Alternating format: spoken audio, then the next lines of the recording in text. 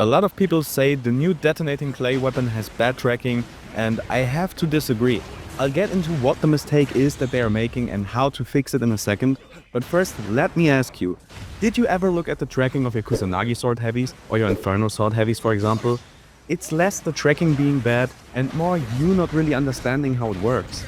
You really just have the wrong expectations here.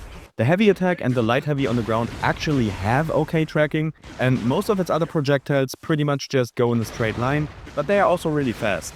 The number one mistake that people make that gets them killed and that they just conveniently blame on the tracking is that they keep pressing the button when they miss because they don't know how the tracking works in Shinobi Striker.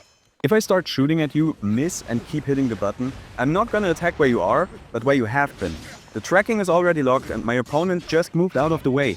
When I now keep pressing the button, I'm just locking myself into animations that leave me wide open and make it easy for the opponent to punish me.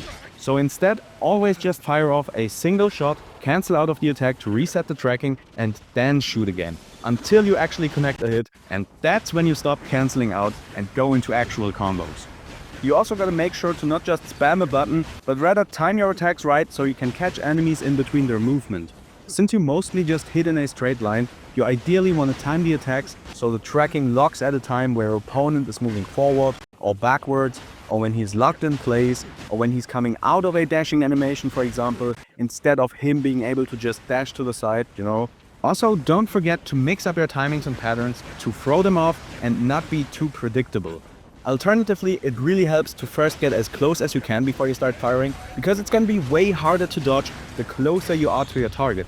I hope this video helped you to land more attacks and die less in Shinobi Striker. If it did, don't forget to leave me a like and subscribe for more videos like this.